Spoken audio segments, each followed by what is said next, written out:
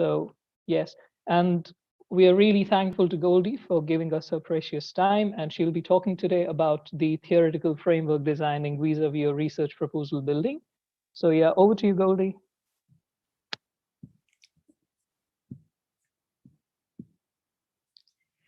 Thanks very much. And salam alaikum, everyone. I'm sure everybody's a bit cold where you are, and or maybe you're in different parts of the world, but I hope you're keeping warm wherever you are. So I thought I would start out with something a bit, I don't know, hopefully interesting for people. Let me just see this. Yeah. So I don't know if you can unmute yourselves. But how many of you, I mean, you can just do a chorus, but how many of you have watched the TV series Ertugrul? I have. I did. Yeah, I think so. A few of you, a lot of you, many of you. Yeah, you can speak. I mean, because I can't see you because I'm sharing my screen.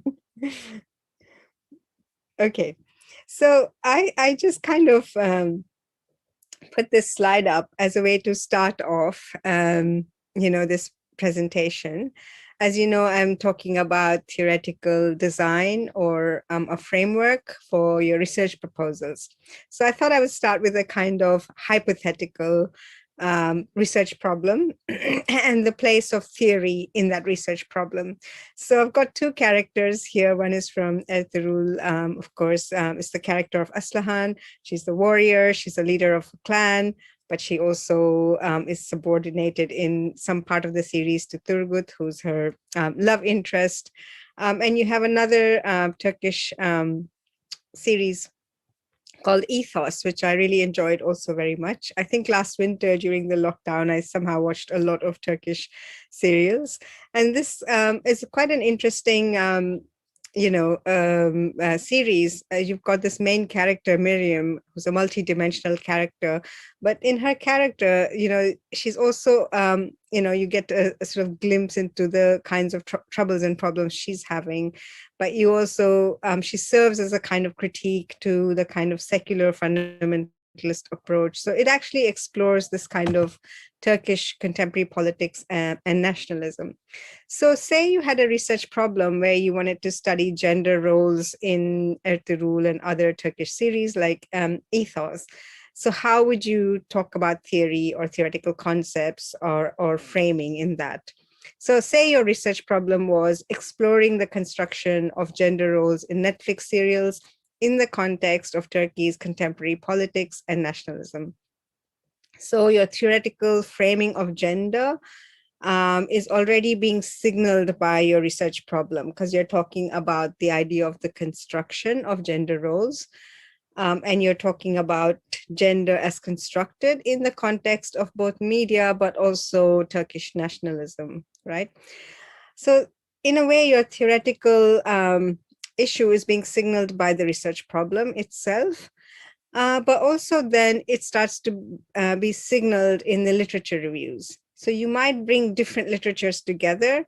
All of these literatures will kind of talk about the concept of gender. So there might be the broader kind of a couple of statements about different theories of gender. So a constructionist approach to gender as opposed to a different approach to gender.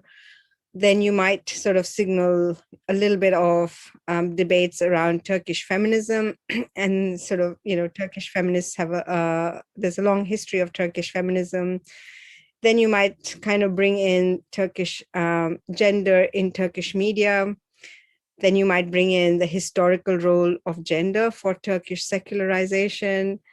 And then you might sort of bring in some literature that might address contemporary tensions of gender in the context of Turkey's current neoliberal state politics. The role of religion in that, whatever. This is a hypothetical kind of scenario. But I'm doing this to kind of signal the way in which theory or theoretical framing or theoretical design kind of is a thread that kind of runs through the research problem, but also comes in your literature review. So if I were to Sorry, I'm just trying to move the slide. So, as I said, the theoretical framing or design. So you can see a little picture of a scaffolding that I have there for a building. It comes to the research problem. It's actually a kind of the philosophical worldview, right? So even attention to gender kind of signals a kind of feminist preoccupation. Literature reviews. So you've got a place where different literatures are brought together, but the concept of gender in these different literatures allows for an exploration of gender in the two Turkish Netflix series. So one thing that, and I'll say this a little more a bit later as well, but with the literature reviews, you're not trying to, when you say something about, say, Turkish, the long history of Turkish feminist movements, you're not going to sort of go into a whole kind of survey of that field, or you're not going to go into a whole survey of the field on gender and media. All you need is like a couple of sentences that will that are sort of attuned to your research problem. So whenever you bring in sort of theoretical work in it, especially in the literature review, you're really trying to bring into stuff that is relevant to your research problem. And in this particular case, the research problem is, construction of gender roles in contemporary Turkish, Netflix series. So theoretical approaches to gender then form the part of the literature review, but then also can be used to point to a gap in the way gender roles haven't been addressed in the literatures, right? So you might say something like, while the gender and media literature talks about, different ways of that gender has been constructed in a feminist way, it hasn't talked about the way in which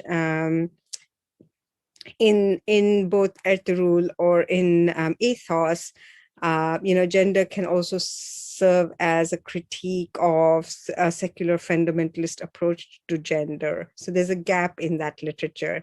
And then you might then say, how will your study contribute to or extend the conceptual understanding of gender or the understanding of gender in Turkish media through the study of these series? So that's a kind of example of how you're building a scaffolding or a design through that example. So what is a theoretical framework? I've got a boring definition here that I've lifted off, a library guide from a university. The link, the web link is there, and I'll happy to distribute the slides after if people want to look at them. So theories are formulated to explain, predict, and understand phenomena, and in many cases to challenge and extend existing knowledge within the limits of those assumptions. So that's in any case, that's what a research proposal is doing, right? Your PhD research proposal is saying, here's my theoretical basis, but I'm going to either challenge this particular thing or extend existing knowledge about a project.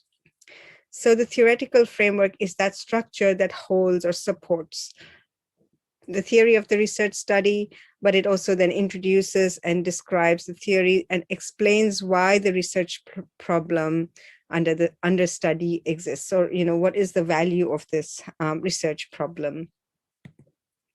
So that's to do with the research problem. And then the way in which you talk about theory in the literature review is, the literature review itself is about evaluating concepts and theories that are already existing in the field. So you're demonstrating your knowledge about it. And then it describes, and so you're not only demonstrating your knowledge about the field, but you're also evaluating how other researchers define those concepts or have made connections in the context of your research problem. As I said earlier, you don't want to go into a whole survey of some theory about something. You have to sort of bring it in or draw it in the context of your research problem. So once you describe and evaluate other scholars, then you work out the best way to approach your research in theoretical terms and provide a rationale or justify, why this problem is important, this research problem. So for some research projects, each of your research projects is going to be different. You might even combine theories from different disciplines to address your research problem. So you might bring in something like that you have, it's a sociology research project, but you're also bringing in stuff from law, or you're bringing in stuff from politics that is useful for your problem. It can be interdisciplinary, but maybe your primary field is sociology, or maybe your primary field is law, for example. So that's how theory would work in the literature, or can be articulated in the literature review. Okay, so I think you would have received 4 research proposal examples. I hope those have been sent out to you. So one of them is called, example 1. So if you have that, you can refer to it, but that's fine. You don't have to. I've got things that I've cited from that proposal as a way of demonstrating the way that a theoretical framework or design and is articulated in the proposal. So I thought that's a good way to work, to show you sort of more practically how this particular proposal has used theory, both as framework design, but also as a way of articulating it in the literature review, and also articulating it in relation to the gap in the literature and so on. So this was a PhD proposal on, the title says, friendly but pervasive non-assertive control mechanisms and the maintenance of social order in Tokyo. So it's, that's a picture of Tokyo that I got off the net. And the research questions are: what are non-assertive means of social control? How do they contribute to maintaining social order in the city? How do assertive and non-assertive means of social control intermingle in public space? What are their respective strategies of deployment? So just off the bat, I mean, I just want to say in the first instance that almost every research proposal is slightly different. People organize it differently. In this particular case, this PhD candidate put their research questions right up front. Some people will give more background and context and then go on to the research questions. But this was the way that this person organized their research proposal. So as you can see from the research questions, you've got terms like non-assertive means of social control. So it has something to do with control. It has something to do with Tokyo. So there are signals here already of the kind of proposal this is. There's non-assertive and assertive social means of means of social control, maintaining order in the city. If I move to the next slide, you have in the literature review, almost the first sentence, if I'm not mistaken, says something like, contemporary societies are shaped by an atmosphere of insecurity and desires for control. So you've got a kind of announcement there in the first sentence of this person's theoretical approach even, or what they're anchoring their material in. The first sentence signals a kind of post-structural materialist scholarship. The societies of control concept is concept put forward by Gilles Deleuze. And you've got the citation of, risk scholar Ulrich Beck. So that first sentence is saying, okay, it's saying what it's saying. Contemporary societies are shaped by an atmosphere of insecurity and desires for control. So a reference to the societies of control, state kind of, shaping or controlling public order in a particular way. But then you've also got a kind of announcement of the kind of theoretical approach that's happening through the citations. And then a few, I think either the next or a few sentences later, there is researchers have documented wider trends in the governance of cities, including the rise of fortress cities, and urban revanchism and a military urbanism. So now you've got governance of cities, but you've also got different approaches to urban studies, different approaches to cities, right? So you've got three different concepts there: fortress cities, urban revanchism, military urbanism. So you've got this person already bringing together the base kind of theoretical position, if you will, in the first sentence, but then they're bringing in urban studies literature alongside societies of control literature.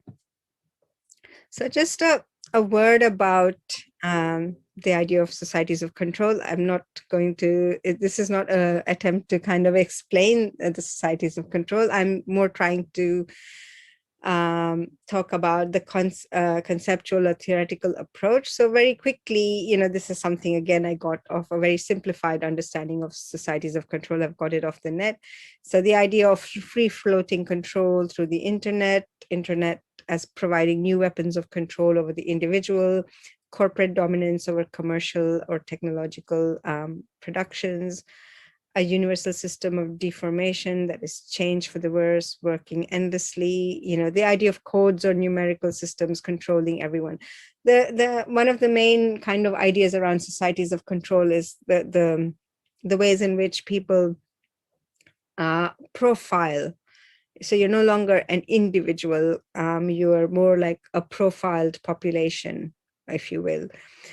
And my point in talking about that is that this person talked about it in relation to Tokyo, but this kind of concept can be used very differently amongst marginalized populations in the US or the UK, where people will talk about risk profiling of Muslim populations in the context of the war on terror. And then you have a whole different other kind of proposal that can be used here. But at the same time, you might think to yourself, yes, this is a good theoretical place to start from, but I can challenge this theoretical kind of approach or extend it in the context that I'm going to work in. So in that sense, remember that theoretical approaches can be extended, amended, or reshaped for your own project.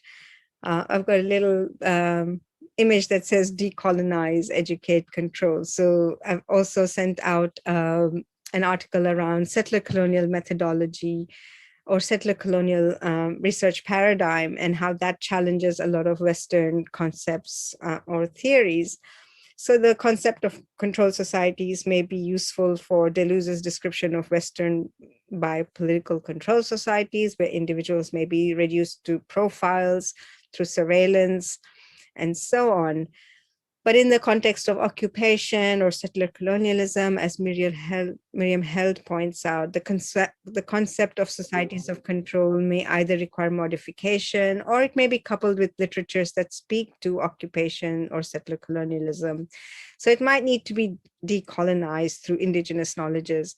So if you're working, for example, on Kashmir, that might mean kind of coupling this with Kashmir studies, theoretical concepts, or a critical Kashmir, theoretical review, which would come into your literature review. So that's kind of my general point about talking about societies of control in relation to any given context you might talk about. In the UK, for example, how does this work? Does this thesis or this theoretical concept stand up, or does it bear through when we're talking about certain populations in the UK? Does it bear through when you're talking about, Black Lives Matter in the US? Does it bear through in a different context in Tokyo or in Kashmir? So the other point to this is that this theoretical approach also then influences your methodology, right? So this is from Miriam Held. She says, All scholarly research, whether explicitly stated or not, is informed by a research paradigm, which in turn informs the methodology and the methods. So that is something that you will talk about later, I think on a different date, you'll talk about methodology, but this is just to say that theoretical design or your framework or your approach also influences the kinds of methodologies that you might choose. So just coming back to that PhD proposal, that example that I talked about, this is another sentence from that from the literature review of that proposal. So the person says, while researchers have started to observe soft approaches to behavioral and spatial regulation, these studies are not not in explicit conversation with each other and lacking a uniting framework. So very quickly, after a general theoretical approach signal, remember they talked about societies of control, then they brought in the urban studies literature citations. This sentence then addresses the gap or the shortcomings of the different approaches because they're saying that they lack a uniting framework. They're not brought together to study a particular context.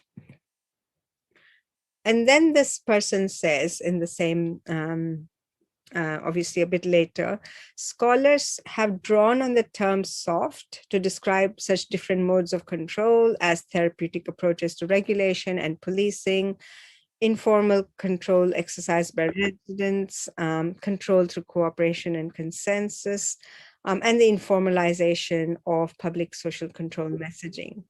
So what they're doing here, if you remember going back to the research question, they talked about soft or non-assertive modes of control for the city intermingling in a city space with more assertive forms of control. And then what they're doing here in the literature review is they've talked about these different theoretical approaches, urban studies literature, but then also describing what this term soft means. And then they say, providing a comprehensive account of the role of non-assertive modes of invoking order in the city. This research will inquire into a largely unexplored type of control mechanisms. Thus, it will help arrive at an empirically grounded conceptualization of informal modes of governmentality. So they're signaling now the transition. They've talked about the gap. They've defined what they mean by this soft understanding of regulation and policing. And then they're saying, but what I'm going to do is I'm going to do this empirical grounded conceptualization of informal modes of governmentality. So there's a whole set of methods listed, I think, in the proposal: participant observation, interviews with urban, urban design professionals, and so on. But they're going to use all of those methods to then sort of arrive at an empirically grounded conceptualization of how these soft methods or informal methods work in the context of Tokyo. But then that study will then test the theoretical work, right, that is already existing in the literature review. So the scholar is defining the term soft to then posit the aim of the research project, already shaped by the theoretical approach, and talked about in urban studies, but they're also going to test these theses and arrive at a different understanding, a more empirically informed understanding of informal or soft approaches to control in the city. So, and again, this is a bit of a big sort of extract that I've put up here. So they've told us now that this is the aim of the research, but then they also go on to say, what are the gaps in the literature? So the gaps in the literature have to do with, they're making a regional specific study of order and control. They're saying so far sociological research on control in the city has not talked about the Japanese case at all. So that's a gap. That's one gap. Then they say, like, well, there's this long established image of Japan as an orderly society, but the explanation for this orderly society is limited, right? So they're saying that, those studies have limited themselves to small organizational groups, or they've taken the route of like a culturalist explanation, or Japanese people are naturally orderly. So they're saying, no, there's no such thing as Japanese people being naturally orderly. This study will show that there's these both, assertive forms of control, but then there's these soft approaches to control. And that's what actually informs the kind of order in Tokyo. So gaps in the literature identified and said that these are culturalist approaches, which are probably Orientalist approaches, are inadequate in understanding or analyzing why Japanese cities or peoples are so orderly. And so through that theoretical approach that has been running all the way through societies of control, urban studies literature, all these different approaches, what are the assumptions in these approaches? It allows for identifying those and then saying, this is my aim, this is the gap in the literature, and this is what I'm going to do. The theoretical approach, mapping those theoretical approaches, these assumptions, allows for then shaping your project or shaping your knowledge production. And usually a literature review ends with saying, these are the gaps, and this is how I'm going to contribute to this body of knowledge. So that's kind of the whole mind the gap. And I think the next couple of slides, I just have, again, the link is up there. This is, proposal advice from University of Berkeley, California. And so this PhD proposal example appears to demonstrate this advice put out by UC Berkeley. It says the proposal's theoretical section occupies a critical but subsidiary position in the proposal's text. So it's not the thing that is the main question in that proposal. It occupies a kind of subsidiary position, but it's a kind of scaffolding, really, that runs through the research problem and the literature review. So you kind of demonstrate your disciplinary, they've said mastery, but I've said location, because you don't need to have disciplinary mastery as such to kind of put forward your research proposal. After all, you're embarking on 3 to 4 years of study of this subject. So the research proposal kind of reflects that, but it also reflects the fact that you are, you have some familiarity with the debates, and that's what you need to demonstrate. You demonstrate your theoretical location, your disciplinary location, highlight critical theoretical debates, point to shortcomings in existing research and approaches, and indicate how your work helps to fill the void. I would advise not using the kind of language, even though it may be true, I would advise not using the kind of language saying things like, this study has never been done before, or these shortcomings, these scholars have never, are completely useless and have nothing to say about this subject matter. I know people wouldn't say that in their research proposal, but using words like, the scholarship is limited because it doesn't shed light on this, that's fine to say, I think.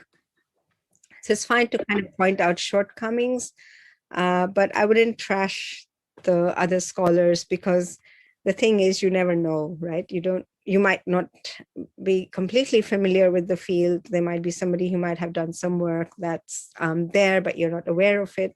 So I would just be a little bit, you don't have to be overly cautious, but I would be kind of cautious in the way that I would point out shortcomings in existing research and approaches. But it's important to be bold and assertive at the same time. So it's a fine line. And then indicate how your work helps to fill the void. So again, this is from the Berkeley advice. Establish the context. So primary purpose of the theoretical review is to demonstrate your familiarity with the intellectual currents and concerns. As I said before, it should not be a general survey of the field. And this person didn't do that in their PhD proposal, the one that I've just talked about. They didn't try to do a whole survey of urban studies literature about every city. All they said was they took some of the main concepts and they said, this is the approach, this person, Davis, said this, and so said this, and had some key concepts listed. But then they said this, they didn't have to do a whole survey. It's just a quick citational thing in a couple of sentences. So your discussion must quickly situate you and your work within the context of the field's theoretical themes. And then obviously, if you're doing interdisciplinary or cross-disciplinary research, highlight the points of intersection between the various theoretical fields and justify why you're drawing on what some skeptics may consider obscure sources. So keep in mind that your theoretical review must justify your research question and help determine your research design. This is really my last slide. There are so many different kinds of advice in universities, in different universities in the world about how to do your research proposal. So as I said earlier, you can, organize it in the way that you think is useful. But the main kinds of things that you might want to talk about, and this is maybe advice more for UK universities. So something like length of, 4 to 6 pages, 2,000, 3,000 words, have an introduction. Either you want your research questions, after your introduction, or you kind of have them after you describe the theoretical context and the research problem. So this one says, thesis statement, write a summary of the overarching research question, include why your research areas of academic practical interest. But all of them, when they talk about the literature review, will say you should have the ability to review current research within your field of study. Your literature review should demonstrate that your research question is relevant. You are aware of the work of others and show how your research will contribute. And they say also theoretical framework provides the rationale behind your research proposal, and you must provide a critical review of existing theories which are related to your topic.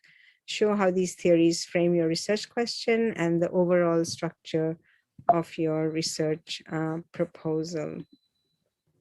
So yeah, I'm still here. I'm still going to talk to you, and we'll have a more interactive kind of session after this. But yeah, may the spark of your ideas animate your research, and may you keep warm wherever you are in this cold weather. So that's my presentation. I'm really sorry. I think I was told that I should be a bit more multilingual. But I've done the presentation in English, but I'd be more happy to talk in, I guess, Thank you so very much, Goldie. to in terms of the question time or interaction time. Yes, exactly. From yesterday's session, there were a lot of questions about like theoretical framing and literature review. So to all those who joined us today, अगर आपके कुछ भी सवालात हैं literature review या theoretical framework या even कल से related या आपके research proposal से related, तो आप please go ahead and ask Goldie. But बस कोशिश यही रखेंगे कि like we stick around to the topic जो है. So, we have a question from, I guess, Shamim Ahmed. Go ahead, Shamim.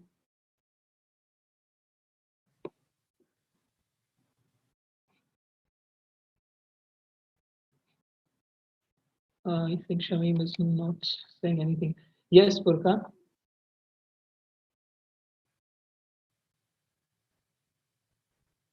Furkan, do you have a question?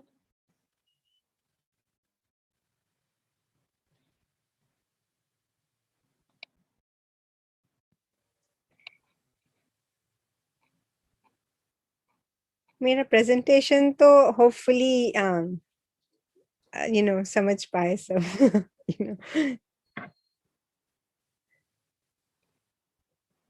They are writing to me, unmute please. I don't know, मैंने security में disable किया है इसको. Okay. Please check if you're able to unmute yourselves. Furkan, go ahead, please. Okay, I'm okay. sorry. Thank you. Hello, Thank ma'am. you. Yes, I'm audible, ma'am. Assalamu Now. alaikum. Yes, Yes, Furkan. Hello, ma'am. yes, hello. Thank you very much. It was really a nice, lecture. So it was delightful indeed. What actually my concern is, since recently I have submitted my MPhil and now I am preparing for PhD proposal nowadays. So actually, you rightly pointed out that we should avoid the words like somebody has not done anything or like that in the research proposal, where formulating what I would call it a hypothesis. But sometimes while doing a literature review, at the very initial stage of uh, a research, I mean to say, when a researcher doesn't know anything about the subject, even completely, when he's going to frame a sentence or a hypothesis. So my question is very simple: that how can a research, take at least such a literature review into consideration, is that it may not, cause something at the end of his research that, oh, I have missed this book, I have missed this type of, some sort of argumentation or etc. etc. Yes, no, बहुत अच्छा सवाल है आपका। यही मैं बोलना चाह रही थी कि बेसिकली जब when you do the literature review, you don't have to know everything about the subject. So, आप लोग when you're putting in a proposal, पहले 2 साल मतलब actually 4 साल PhD में you read so much more, right? So you have to remember कि शायद, I mean, maybe you're already knowledgeable about everything, and that would be lovely if you are. But it doesn't matter. What I'm saying is, it doesn't matter. You don't have to know everything about everything. जो आपने masters में जो किया है, right? तो आपको you will have a sense के you know something. आपने masters degree में कुछ पढ़ा है. You have ideas कि इस idea को मैं research problem बना सकता हूँ, or I can do this in a particular way. But then you also should do a little bit of reading, थोड़ा और शायद, if you can, to see कि अच्छा इस idea में लोगों ने क्या बोला है, have this idea. Have people said anything about this idea, or have people said anything about this concept or essay? And then even if you have a few people cited, then it shows that you have tried to work out what are they saying, and how is my project going to contribute, or how is my project a bit different and it can contribute. So I'm saying that with research proposals, it doesn't have to be something that is completely mastered as such. I would say जो मैंने examples जो आपको भेजे हैं, I mean, they're not I sent them because they were publicly available, but they're not the best research projects that I have seen, proposals that I have seen also, right? But they do the job, right? They do the job because they're structured in a way that shows, अच्छा, इन्होंने, इनके पास clear research questions हैं, इन्होंने sort of theoretical literature जो review जो लिखा है, इसमें they have some good knowledge, actually, a good knowledge and understanding के ये theories, what are the theories of urban studies and how do they relate to what that person is trying to do. So I think those things, just focusing on that rather than trying to master it, I think it's more useful. That's what I would say. And if you're a really good writer, then, great. A good writing goes a long way. But you do want to make sure that good writing is not just good writing. You want to make sure that you anchor your study in a particular theoretical approach, or in a particular set of debates. So I would say that I have received actually a lot of proposals, and often what I see that in PhD, matlab, har saal, we get so many PhD proposals. Sometimes, not all the time, but sometimes what I see is that people will say they will just talk about, मैंने ये काम किया है, and there's all this work I have done, and this is my idea. And they will write like paragraphs and paragraphs about the ideas. But they have not cited other people's work on those ideas. So just a little bit of research on some of the main people who might have worked on it, and say, these people have said this, or those people have said this, and then this is how I'm contributing to that field. It goes a long way, I think, in thinking about theoretical design or framework. I hope that answers your question. Yes, yes, yes. I got it. I got your point. Thank you. Thank you.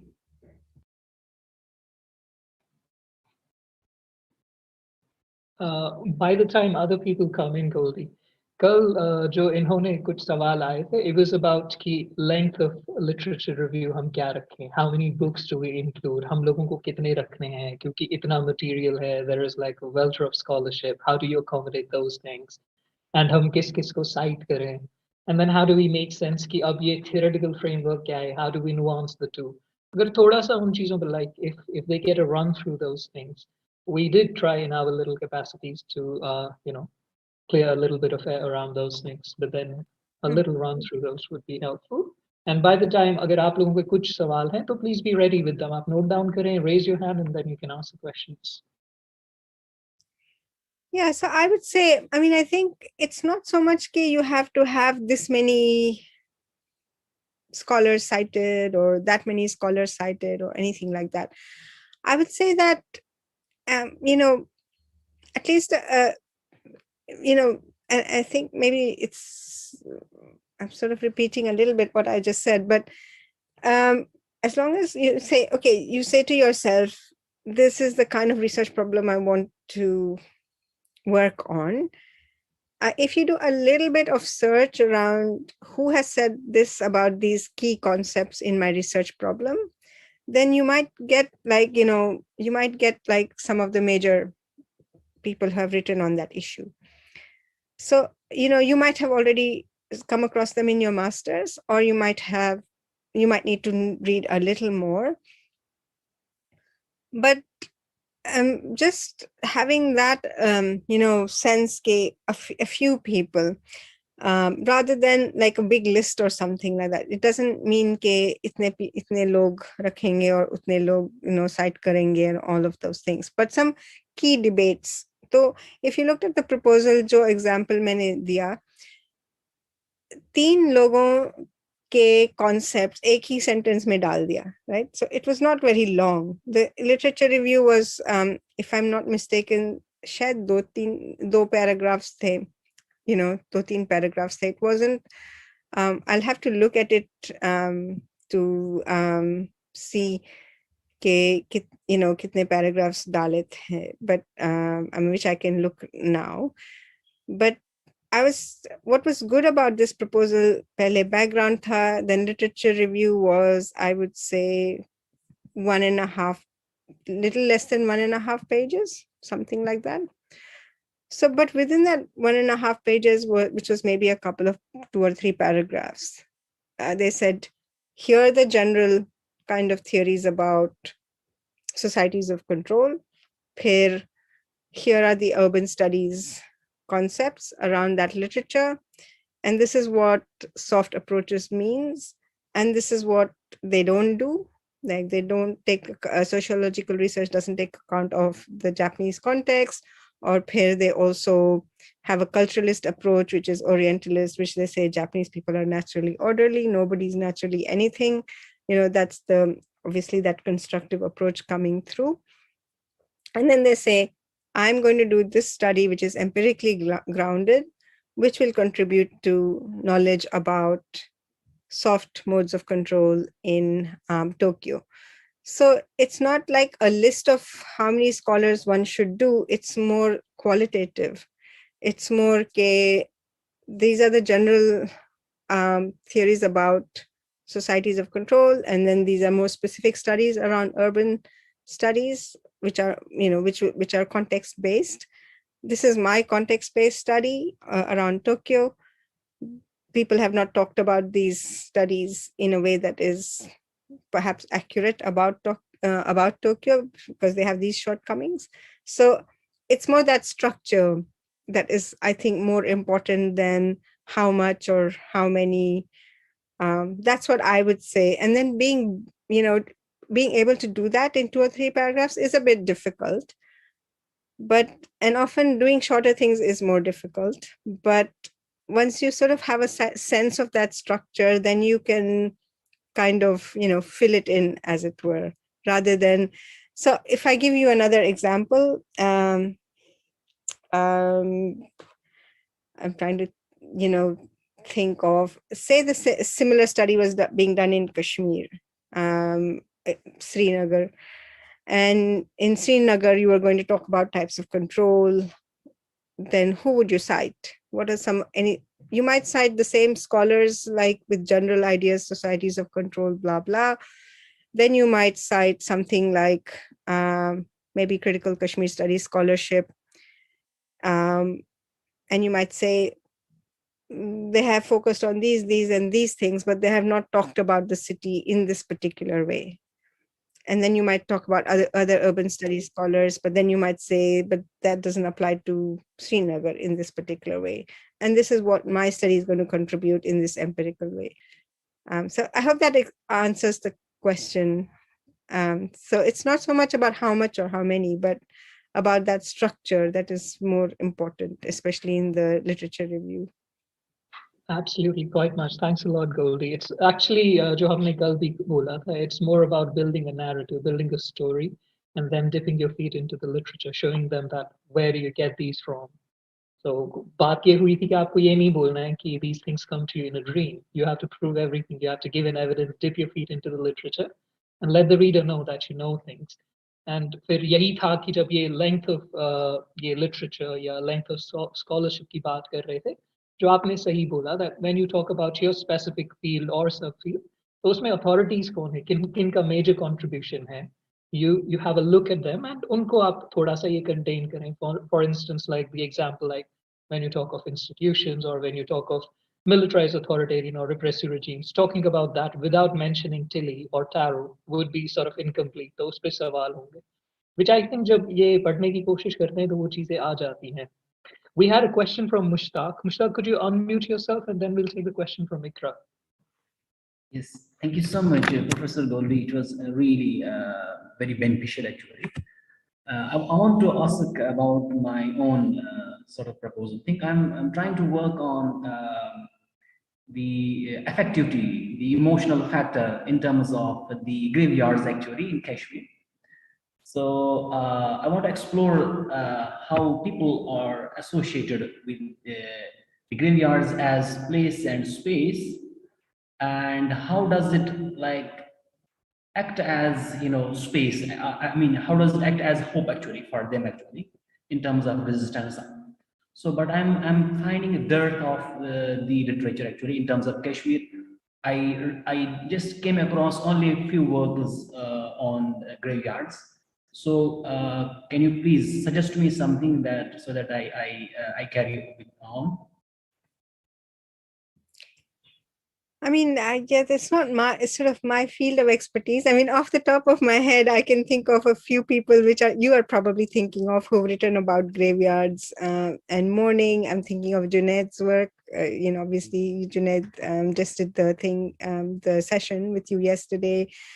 Somebody like Insha Malik has talked about mourning. And so what I would do if you're talking about space and things like that, I would say, I don't want to send you off on like wild goose chases, but think of maybe some theorists who have brought together space, the uses of space. People have talked about, I mean, yeah, it also depends on what you like or what kind of theoretical approach you like, etc. So, somebody like Foucault would talk about heterotopia and the multiple uses of the same space. Like, so a graveyard might signal very different things in a different cultural context, or not even cultural, but political context, or cultural political context. And then what you're trying to talk about is bringing together the cultural and the political, and if I heard properly, you said something about graveyards being a space of, did you say hope Yes, I meant or resistance? how, like, there is this like anthropology of emotions also are fine. Yeah, Let's yeah, say. yeah, So how that is played out, like I want to explore like how this, these graveyards as space and places play the role of, I would say, like how emotionality actually plays in this yeah, actually, yeah, yeah, but also like how it acts as place and space of hope actually. yeah. So I would actually then bring in, literature on affect or emotion also in there, some broad concepts from there, and alongside broad concepts around space, and then very quickly get very specific about what exists already, right? And it doesn't have to be a lot of people. As we said, maybe there's only 2 or 3 people who have written things. And then you mention those people, and you mention what kind of work they're doing, and then what kind of work you hope to do, which would contribute to the field. So it would work in that structure. So, yeah. Thank you so much. Absolutely so Goldy जैसे शायद मुश्ताक हमारी इससे पहले भी बात हुई थी जब आप स्पेसेस की बात करते हैं जो गोल्डी कह रही हैं she is actually talking about आप कैसे कॉन्टेक्स्ट बिल्ड करते हैं एंड द राइट सजेशन जो इससे पहले भी बोला था जैसे जुनैद ने एपिटैप्स पे बात की है जो कल भी कह रहे थे कि आपका काम इंटरसेक्शंस पे स्टैंड करता है अगर आप एरिया स्टडीज की बात करेंगे ठीक है कश्मीर और श्रीनगर आएगा जहां पर दो काम बहुत इंपॉर्टेंट है जो मैंने शायद महीना भर पहले भी बोला था आपको सजेस्ट किया था एक तो जुनैद का काम है जैसे इन्होंने इंशा का कहा ठीक है मॉर्निंग दूसरी चीज है कि जो आप एंथ्रोपोलॉजी ऑफ इमोशंस की बात करते हैं फिर से मैं कहूंगा हिमालय में इदरीस कंट का ये आया था मेमोरी ऑफ अ रेलिक तो वो वहां पर सोशल और पॉलिटिकल सिग्निफिकेंस उसकी दिखाते हैं कि लोगों के लिए वो मीन क्या करता है डिफरेंट कॉन्टेक्स्ट में मे बी वो आपको थोड़ा हेल्प करेगा बिल्ड करने के लिए और फिर जब वो इमोशंस पॉलिटिक्स उस पॉलिटिकल की बात करते हैं वहां पर आप ब्रॉडर स्कॉलरशिप लाइक अगर आप ऐसे नहीं ढूंढ पाते हमेशा जो आपका एक अच्छा रेलेवेंट पेपर है मे बी जुनैद की बात करेंगे मे बी गोल्डी ने इंशा की बात की उनमें से बिब्लियोग्राफीज आप थोड़ा रिक्वेस्ट करें फिर देखिए उन्होंने ड्रॉ कहाँ कहाँ से किया है you don't need to reinvent the wheel आप बिल्कुल उससे थोड़ा सा ड्रॉ करें किसको यूज किया है इन्होंने क्योंकि उन्होंने भी खुद से बात नहीं की है जैसे गोल्डी कह रही हैं आप एक कॉन्टेक्स्ट बिल्ड कर रहे हैं फिर देख रहे हैं कि इंटरसेक्शन कैसे आएंगे वहीं से आप खुद अपना ये बिल्ड करें और देखें आप कैसे वो web of these interactions and intersections build कर पाते हैं yes Ikra Ikra Farooq, you had a question? Yeah. Hello. Yeah, this is my personal question.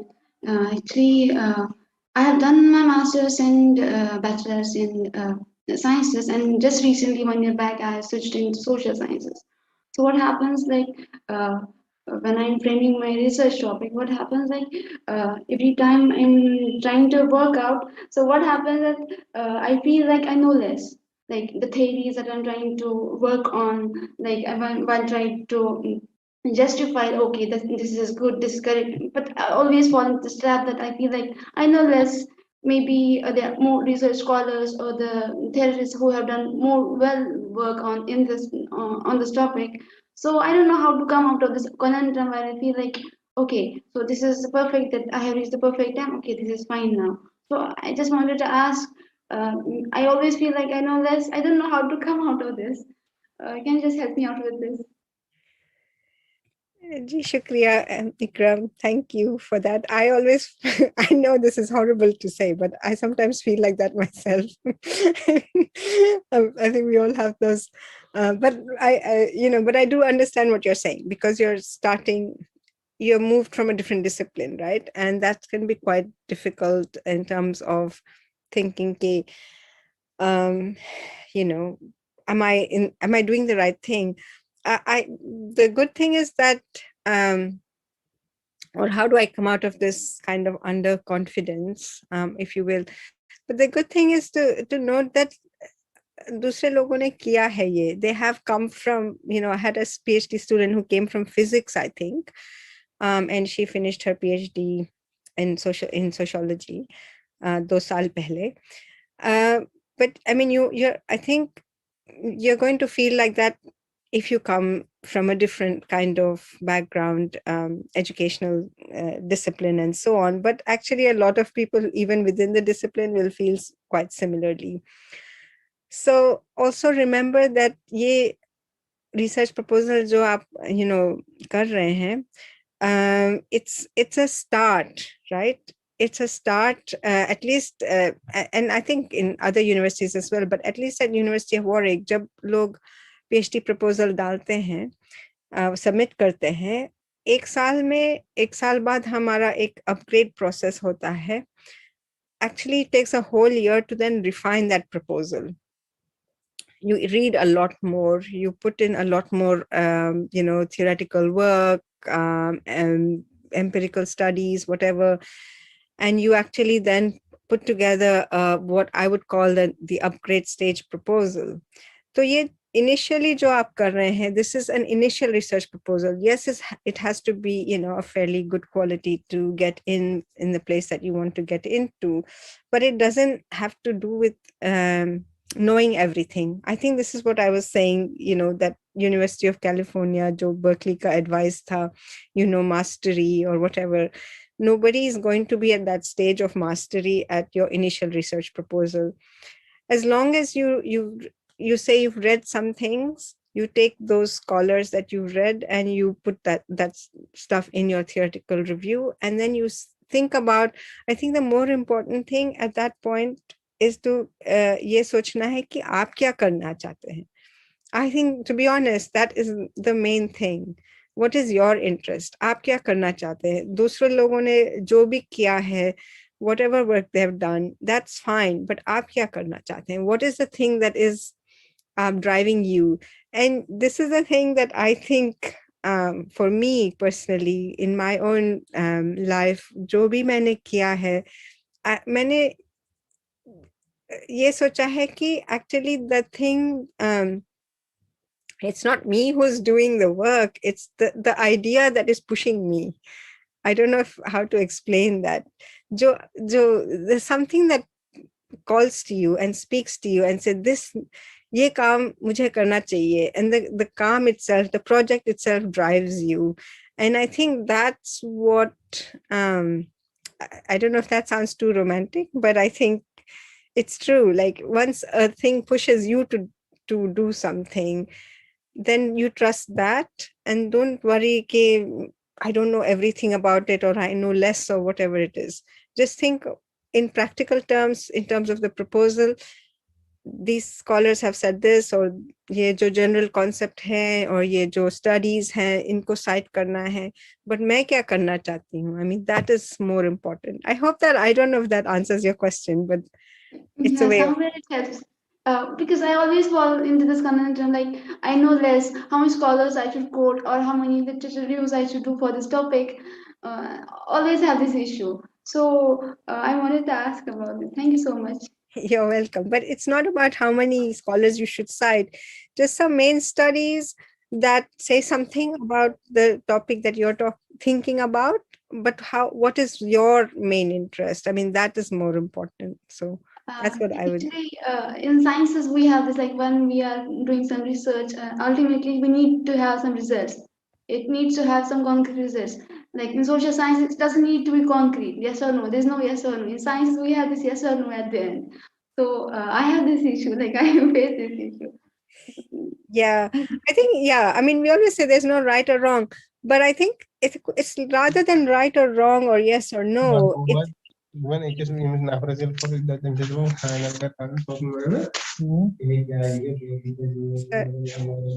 sorry, I think there's somebody.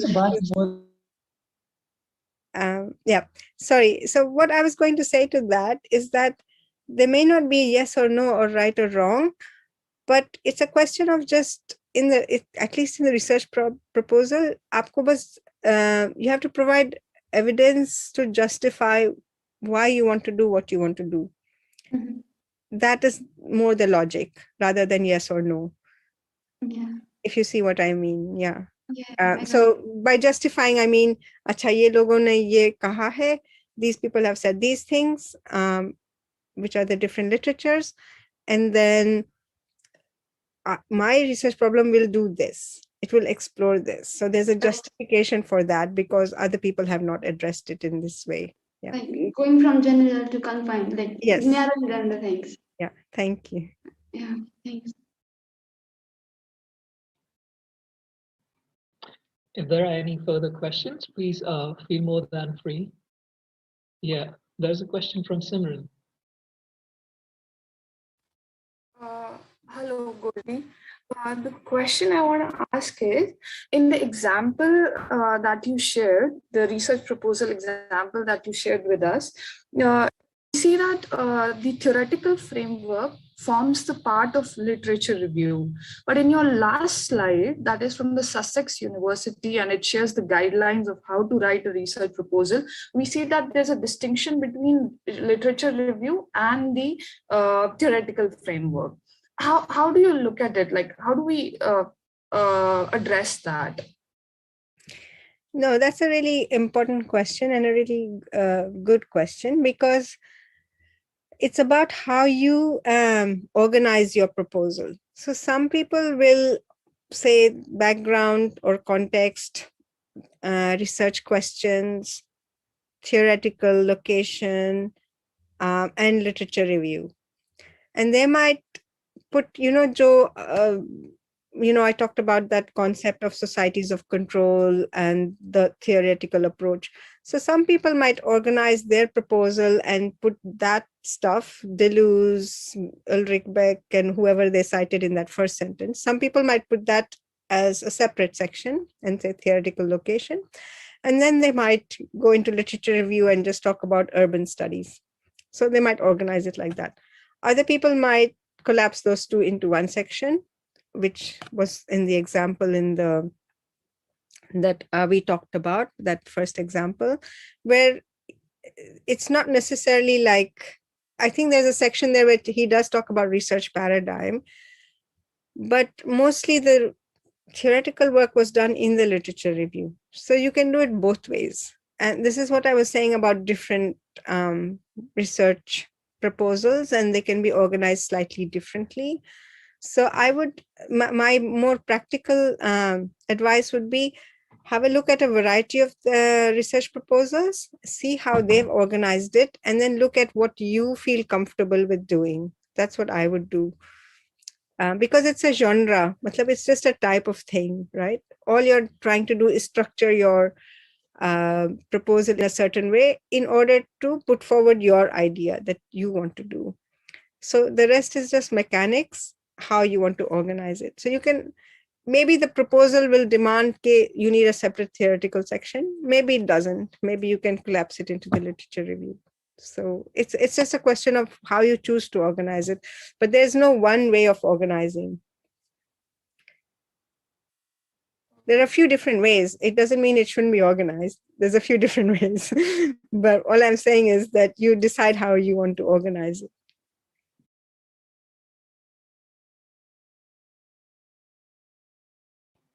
We have a question from Daria. Yeah, hello. My question is that if, for example, your research question is not what you've studied in your bachelor's and master's, I mean, obviously it's relevant to the degree, but it's not what you've studied. So how do you suggest that we should go about it and write a literature review? And how would you know that the literature review we're writing would be sufficient? Because as such, we would not have much critical knowledge about it. I think if you have done your bachelor's and your master's, you do have a sense how to, pick up, say you have a research idea, but you've not studied it before. I think just reading stuff around that problem.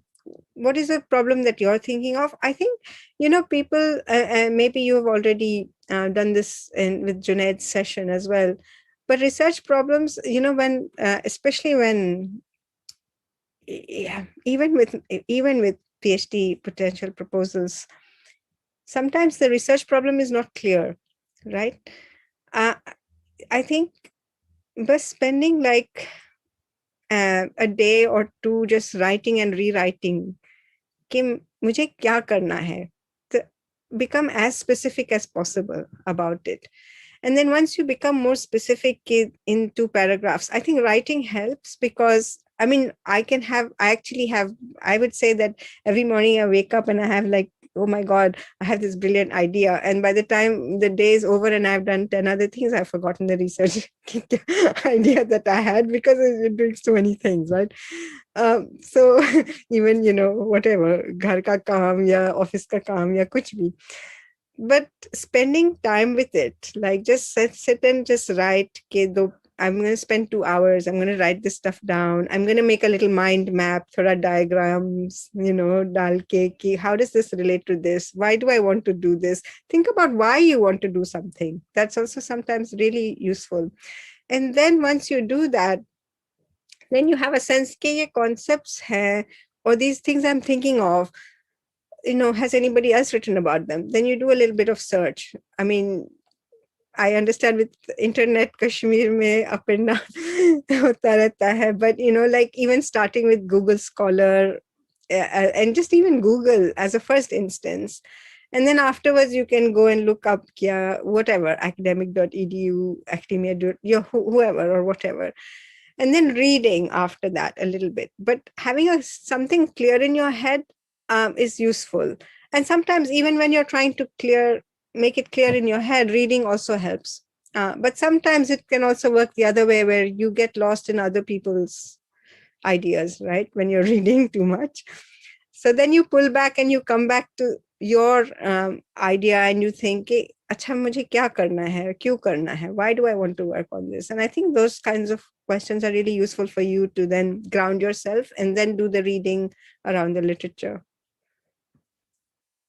I know that sounds basic, but it's very useful. That's foundational and that's defining. I completely agree with you. So दो चीजें इसमें बहुत important है जो आपने कही. Number one is कि ideas आते हैं, but then like start scrolling. आप rough लिखें, आप कितना भी खराब लिखें, लेकिन लिखें, उससे clarity आ जाती है और आपको पता चलता है क्या है. So scroll, scribble, whatever. तो रुके ना, बस इसको दिमाग में महदूद ना रखें.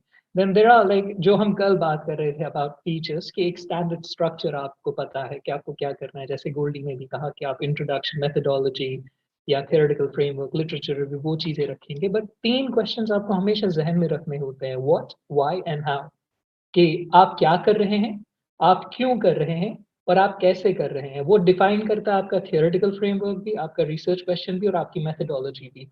उन चीजों का प्लीज ख्याल रखें कि आपका इंट्रोडक्शन इसमें से किस सवाल को ये कर रहा है. अपनी जगह पहले रफ लिखें, थोड़े एसेज, एक एक दो paragraphs. What are you doing, why are you doing that, कि शायद अभी तक नहीं हुआ या इस एस्पेक्ट में नहीं हुआ. How are you doing that, कि मैं ये मेथड्स या इस बेसिक मेथोडोलॉजी के थ्रू ये करूंगा.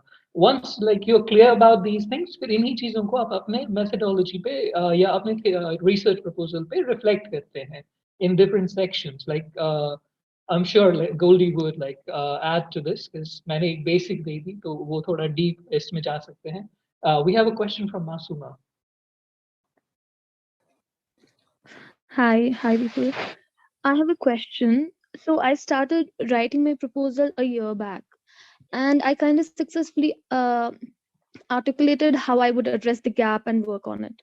To my surprise, after 1 year, as you said, like while defining my proposal, I see a new literature coming up, addressing the same research question that I was, thinking about. And so I wanted to ask, how would I address my research problem now? So do I start afresh or what? Because it's very saddening. Sadly hota hai ye. But all is not lost is what I would say.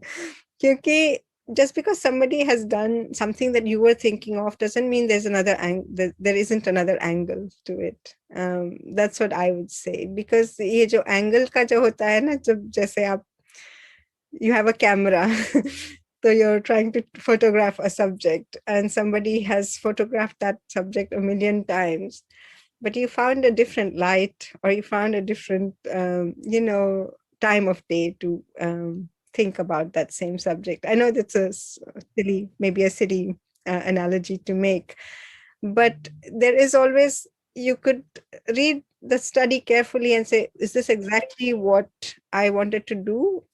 or is there a different way into this that will also contribute to the field of knowledge, you know? So by that I mean that even if somebody has done something, it doesn't mean that everything that needs to be said has been exhausted. I think that's an important thing to remember. And it's also important to remember कि जो research करे doesn't matter, because whatever field it is, I think often we think, oh, that field is oversaturated, or जो भी कहना चाहिए था उस field के बारे, you know, लोगों ने कह दिया, अब मैं क्या करूं? But I really think this is an important way to think about it, that there might be something that has not been taken into account by that person that you are interested in. And if you look at it that way, then a whole different kind of angle comes in. So, I mean, you know, you need to trust your judgment. Maybe you want to go do something else, but I wouldn't necessarily let go. Okay, just because somebody has done that exact thing doesn't mean that you don't have anything to say about it. I mean, it's a judgment call, but that's what I would say about it. I think there's a question in the chat as well. But, I'm afraid I'm not able to see that. Perhaps like that's addressed to you only. Yes, it is a direct message. So thank you. I think it's from Shamim. Says, thank you for the session. Are we bound to any date and timeline when it comes to reviewing of literature? Which is a good question, because I wouldn't say that you are bound to date or timeline when we're doing a literature review, but I would say that अगर मैं proposal पढ़ रही हूँ and I see के आपने, I'm giving an extreme example, आपका जो literature review है मतलब 1960s का दिया है आपने और फिर मैं सोच रही हूँ कि अच्छा उस टाइम से किसी ने कुछ नहीं बोला क्या इसके बारे में. So I would really try to find the most recent kind of studies. It doesn't mean you don't ignore old studies. Yeah, though, I mean, you might have a different kind of proposal where it is an only like a theory proposal or something like that. And, you're exploring the works of somebody in the 15th century or something, jo likha hai 15th century mein, and not many people have talked about it. And that's fine too.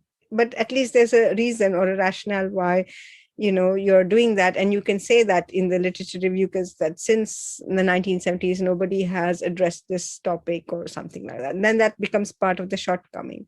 But otherwise I would really look historically, but also go for more recent studies about a particular issue.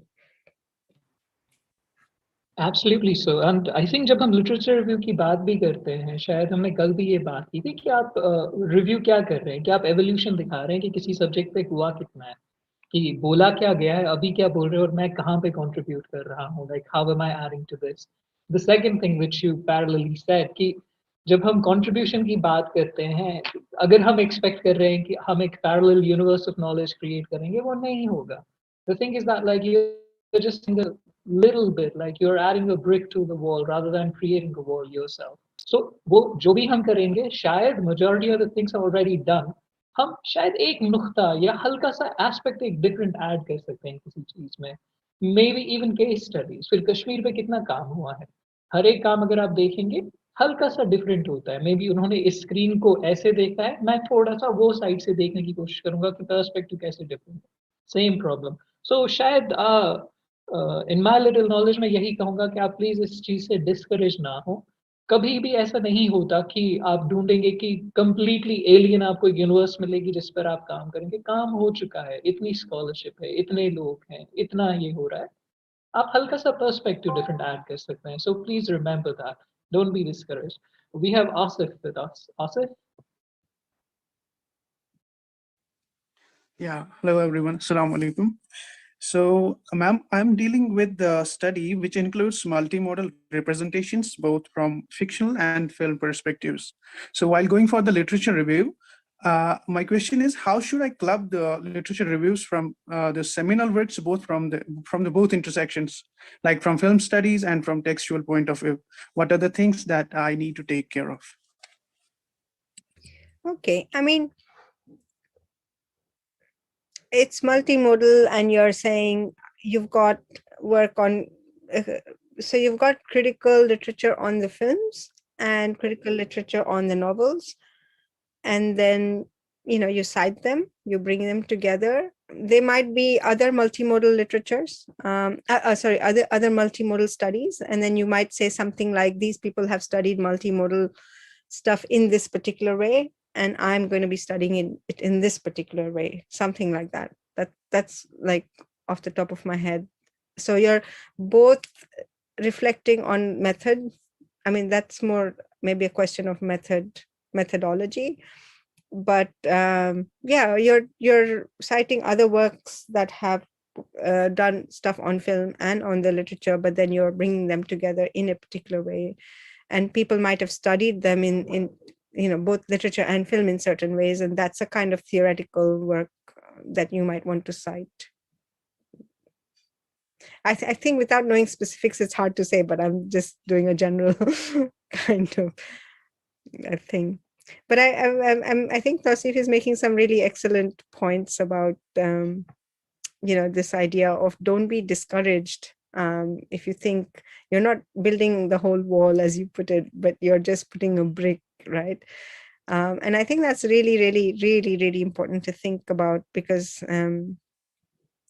I think the other way to also look at it is that more work is needed actually on those very issues. More work is needed. And I, if you're working in the context of Kashmir in particular, I think there's a lot more to be said.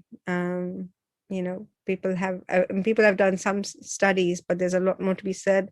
And if you are located there, then there's a lot more to say. Yeah. Thank you, Goldie. We have Anahita. Hi, thank you so much. I don't exactly have a question, but it's kind of a request. If you could suggest some scholarship for studying enforced disappearances. I mean, I have found some literature online, actually, mostly based on Turkey and the enforced disappearances during the military coups there. But I was wondering if there's like somebody in particular that I should study. I mean, if you can give me some suggestions, that would be like easy. Thank you. I don't have a particular study to suggest. What I would say is that it's not something that I have studied per se, and let me put it that way, as a research project. I've done some work with people, but I have not actually studied it as such. So I would say that, I would bring in maybe general theoretical stuff around political violence. I would bring in stuff around the legal aspect. Then I would bring that alongside, other case studies and what they've said about it, and then situate your work in that. I think that's the way, again, it's a structure thing.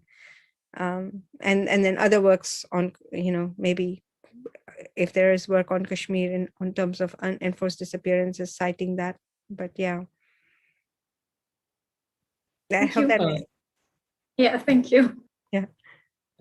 Goldie, we have a question in chat, so I'll forward it to you as well. So it's that I want to know, is it okay to mention few more important works? If we have many important works with similarities in literature review, for example, in post-colonial feminist theory. I'm a bit confused by the question. Is it okay to mention a few more important works if we have many important works with similar ideas in review? So it relates to the research problem. That's what I would relate it back to the research problem. Is that, and then, if your research problem is around feminist stuff, and then you're maybe citing broader literature on feminist theory, and then you say in post-colonial feminist theory, this is what is said, and then this is what I'm doing, then yeah, definitely you can cite it. But I would really relate it back to what is your research problem, and does it relate to that?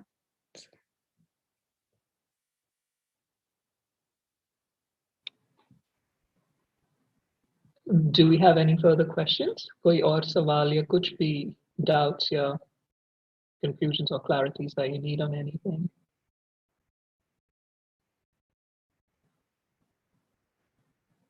Wonderful. I think, Goldie, perhaps you'd like to wrap up. Thank you, Tausif. I'm really really happy to see so many amazing engaging questions, and hearing just a little bit about some research projects. I'm really happy about hearing them as well.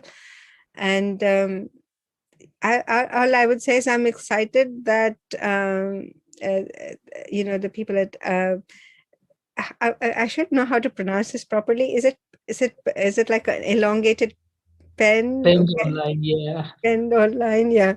Pen with a D. Pen are doing this because it's really important that you get the kind of, this is amazing, this kind of breaking down of sessions into, how to write it, research problem, questions, methodology, and so on, because I just find that there's a lot of really amazing, interesting ideas that many have in Kashmir, and that helping that, supporting that process of getting those things into a research proposal and then doing academic work, I would say is actually crucial at this point in time. So I'm really happy that this is being done, and I'm so privileged really to hear you all and hear about some of your amazing work. So really good luck with everything that you're doing.